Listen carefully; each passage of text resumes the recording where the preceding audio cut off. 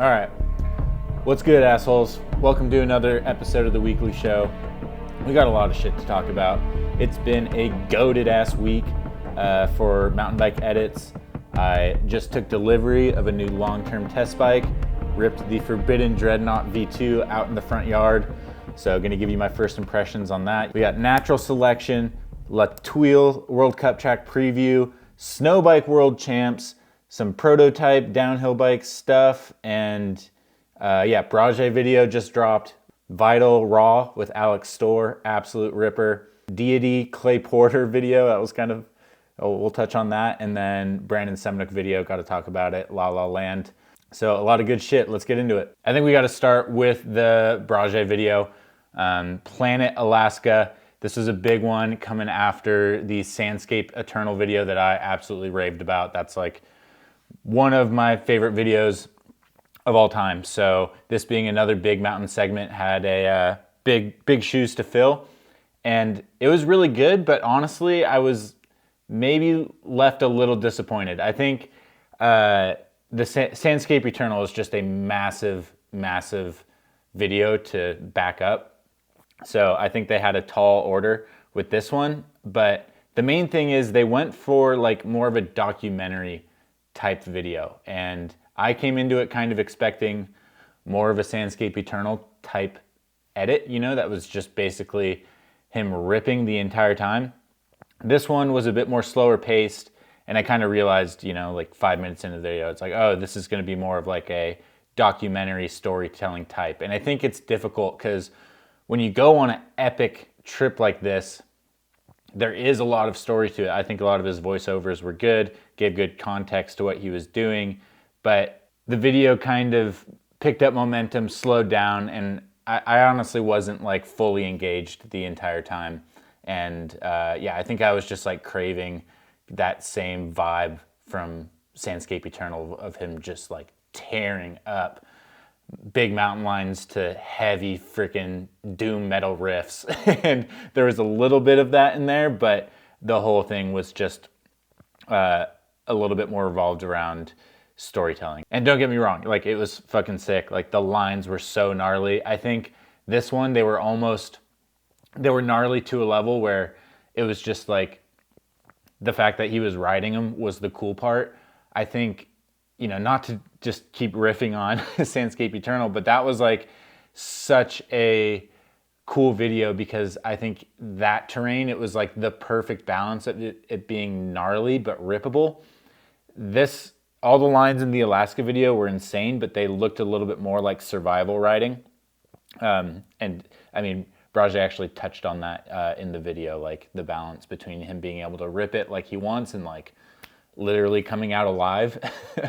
But I would say the biggest thing for this video, besides the gnarliness of the lines themselves, is just like the visuals, like that opening shot that just looked like full scenery, just like insane landscape, and then just like faded into him dropping a gnarly line was badass. So, and then there were a couple moments where it looked like he was able to let loose and hit some like big drops and ride the terrain pretty aggressively. But I think this video was just more about getting out into that level of terrain in the first place. So yeah, badass video, but I was kind of hoping for just more like, I just wanted another full metal ripper from Brage, and this was cool, but it wasn't quite that. Next video I want to touch on is the Alex Storr, or I guess the Storr brothers Vital Raw. I didn't know Alex had a brother, but that's one of the better Vital Raws to come out in a while.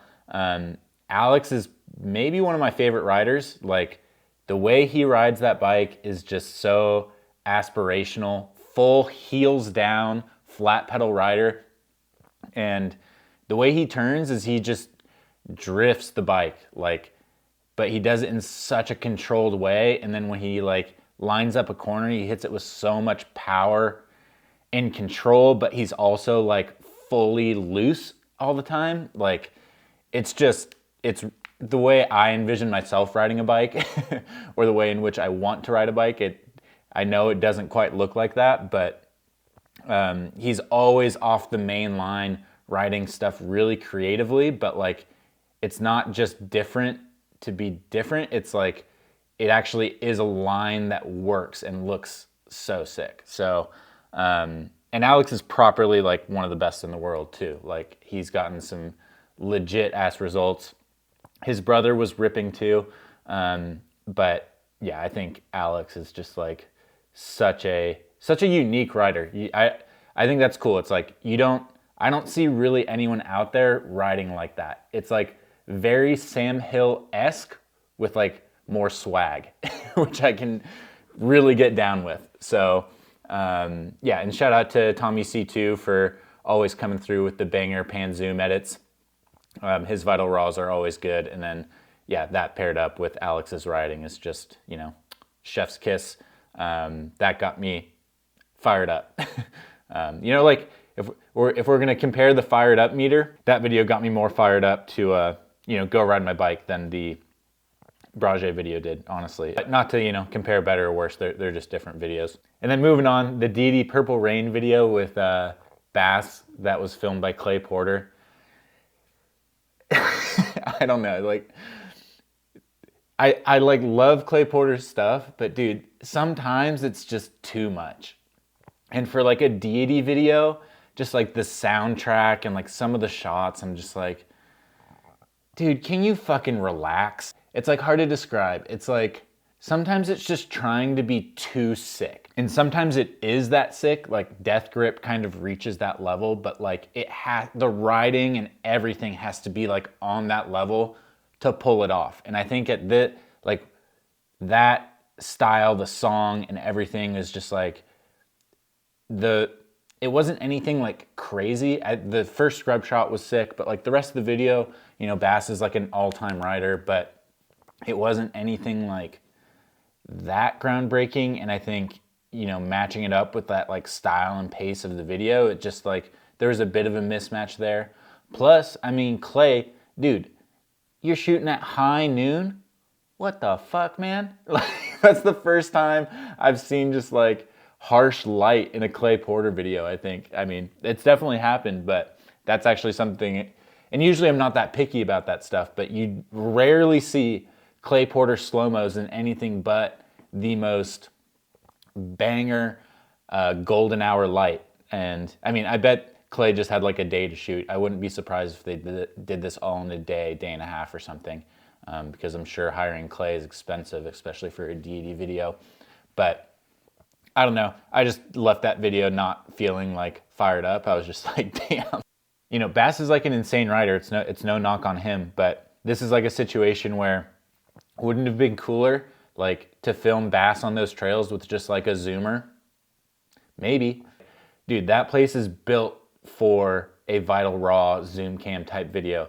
The terrain's pretty wide open. There's lots of places to get angles and it's just fast as fuck everywhere. He had some insane shots, but again, I just don't feel like the riding and everything matched like the intensity level of the filming and editing. His videos are getting slightly predictable.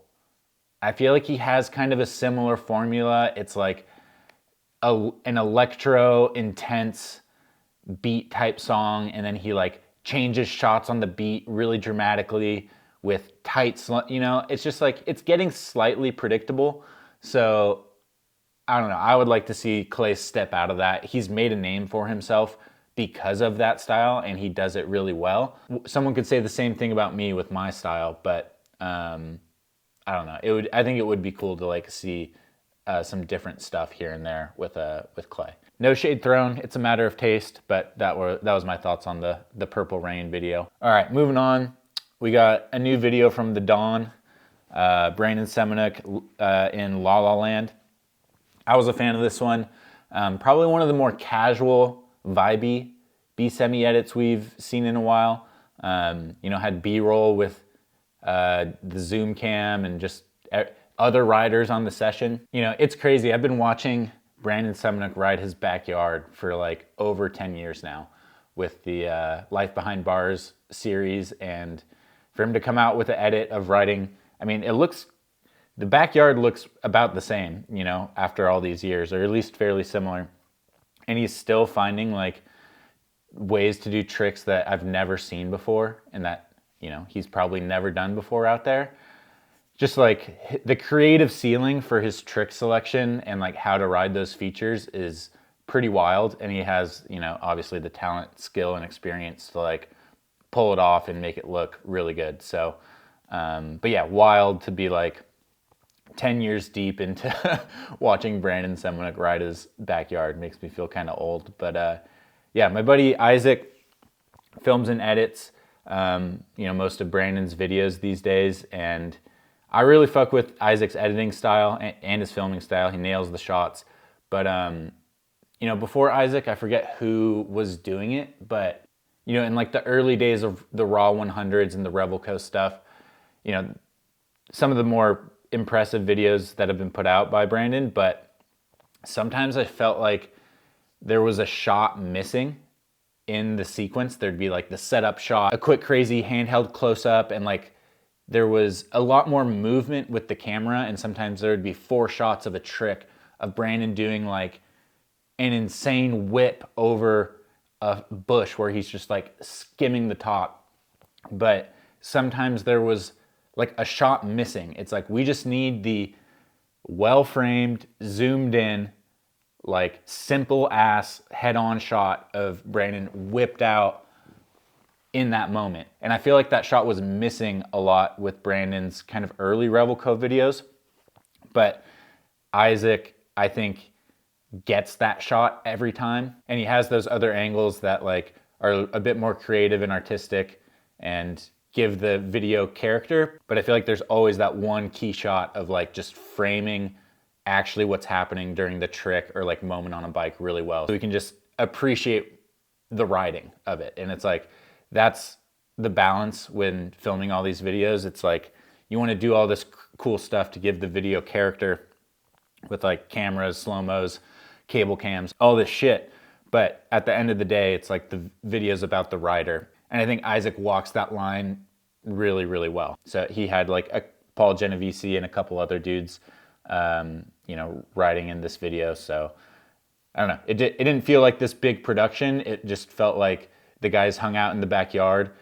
Brandon battled for some wild tricks, and they just made a video of it. And then that just results in like a pretty insane video with the talent that's on both sides of the camera. But before we move on, just wanted to give a big shout out to all my subscribers, especially the new ones that just joined the channel. For all you assholes that aren't subscribed, you should consider joining the club. Hate to be the like and subscribe guy, but I see over half of you aren't subscribed, and I'm not really getting that many new viewers on these videos, so you've probably watched one before this one, so get off your ass, hit the subscribe button, join the club. I got a lot of sick shit coming in the next couple months. You know, more stuff with the Dreadnought, got the e-bike shootout, that's gonna be interesting. Plus, these weekly videos whenever the hell I feel like it. Would appreciate it if you guys joined the channel, and yeah, it would help me out with what I'm trying to do over here. But moving on, I do want to shamelessly plug my latest video.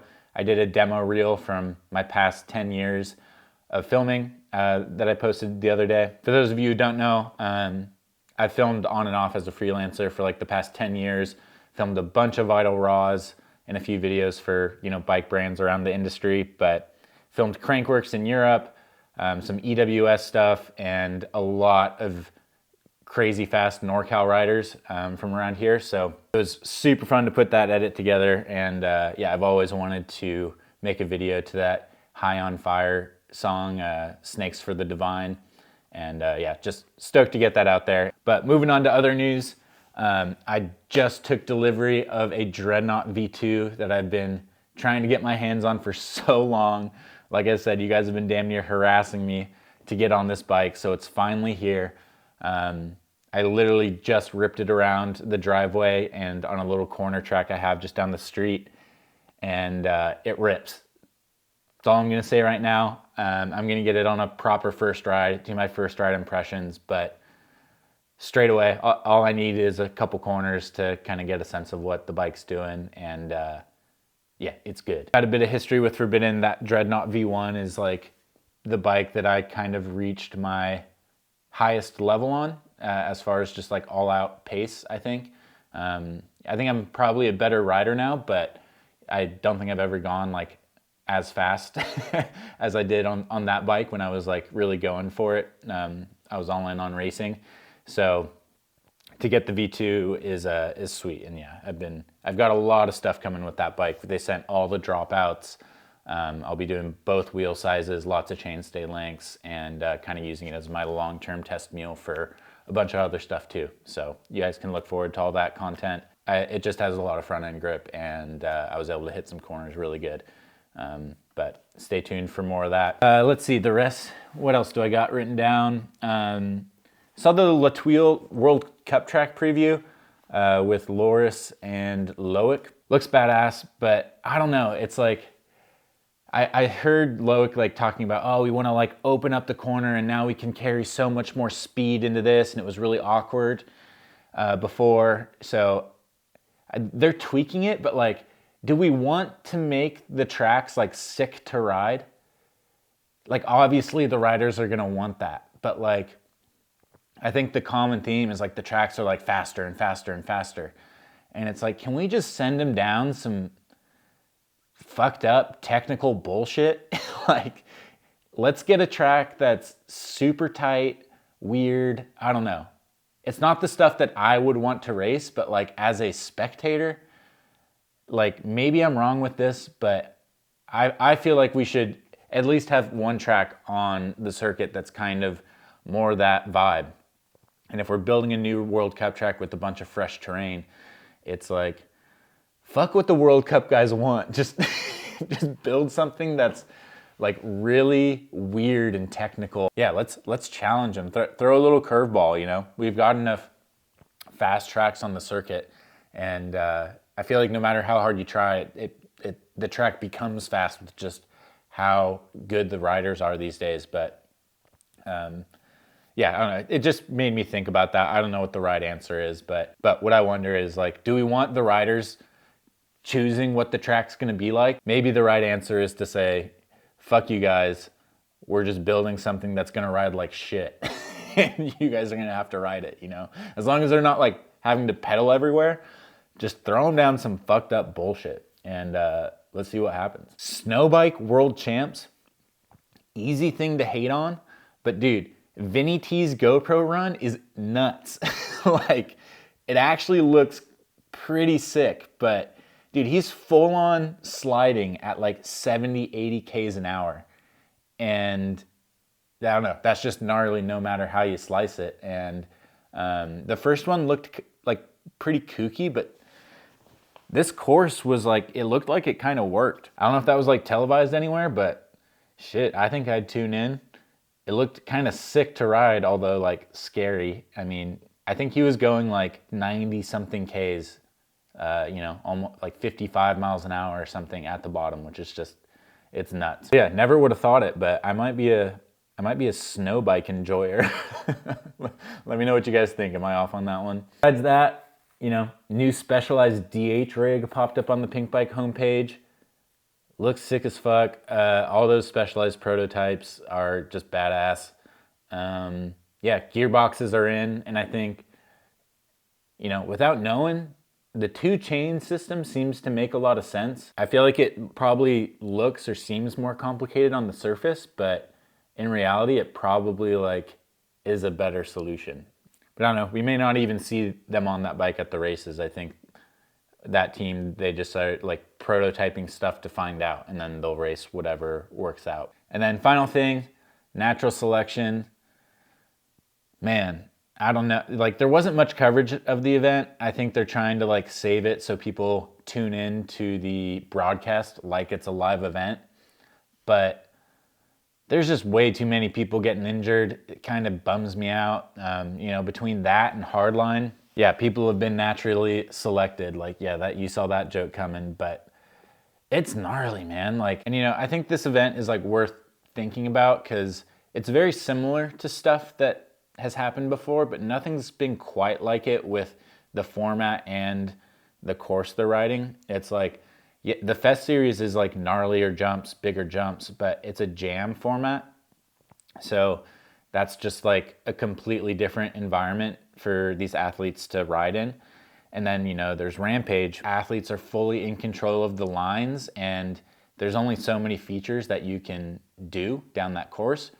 This course looked like kind of the size of some of the Fest Series stuff, but you have a contest format, so there's an incentive to huck some gnarly shit down it. And then I think the amount of features was really high. There looked like a lot of stuff that you had to link together, and a lot of it wasn't very straightforward. It looked like there was a big speed range which you could potentially hit the jumps. Like nothing looked like it was, oh, brakeless, just flow through the line and it's sick. Like I think riders were having to make a lot of speed judgment calls, and I guess that's always the case. But I think with how that course was, combined with the amount of features, the technicality of them, and it being like a contest format, a fairly big one at that, where there's, you know, a really good potential to probably make some money and make a name for yourself as an athlete. I just think all that combined just put riders in a situation where they were taking more risk a larger amount of times on features that weren't super forgiving. And I think, you know, so I just think there was like a larger exposure for risk with really high consequences. And I think we just saw that through the amount of riders that got injured on that course. And it's like crazy to think that like Rampage statistically, like, it's probably like the safer event. That event, like each rider has the opportunity to be like intimately involved with each feature on their line and like invest the time to understand and really calculate what's going to happen to make that feature work. And I just don't think there's that level of intimacy with each of the features from a rider's perspective, and like they're kind of just figuring it out. And when you have like, I don't know the number of jumps and features on that course, but it was just like way higher than you would see at Rampage or any other similar event. But I don't know, we'll see how the live broadcast is when that comes out. I hope it was cool, but yeah, it just made me bummed out to see so many riders injured in pretty gnarly ways too. And then especially coming after Hardline, where that took up the body count on that was pretty high as well. I'm just like, dude, this is a brutal start to the season. And I actually really liked Miranda Miller's article on Pink Bike, where she kind of just talked about, you know, the normalization of these massive life-altering injuries. I think that was a good take. And, you know, I mentioned this in the last weekly show too, where I commented on, you know, Ronan Dunn slapping his head so hard and just being like, yep, I'm all good. You know, it's like, it's okay to not be all good, to Miranda's point. You know, it's a dicey line to walk with sponsors and stuff, but I do think it's a bit of a cultural thing that probably could be improved on. A lot of riders are like making strides in that area. Like Reese Wilson, I think did a great job of like showing his recovery process and being kind of transparent through his concussion, and like also like kind of helping educate people along the way too. If you can provide you know, value to an audience just by like showing your story, I think there's a lot of value in that as well, you know, even to the sponsors that you want to be riding for. So that's about it. Thanks to all y'all who like, subscribe, support the channel, all that. If you want these videos early, hit me up on Patreon. That's a great way to support the channel. But other than that, thanks for watching, and I'll catch you guys in the next video.